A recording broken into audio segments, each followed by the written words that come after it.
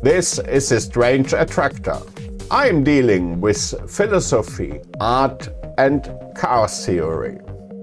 What you just saw was the Fractal Art Calendar 2023, which is available in our Etsy shop, and this calendar shows a great variety of artists and has 12 different images that are all likewise to be used as their own with a nice border or frame.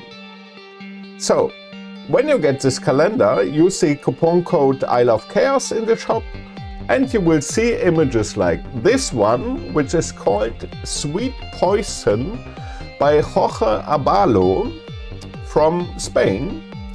And this is an image made with Mandelbarba, the currently active developed software to create fractals.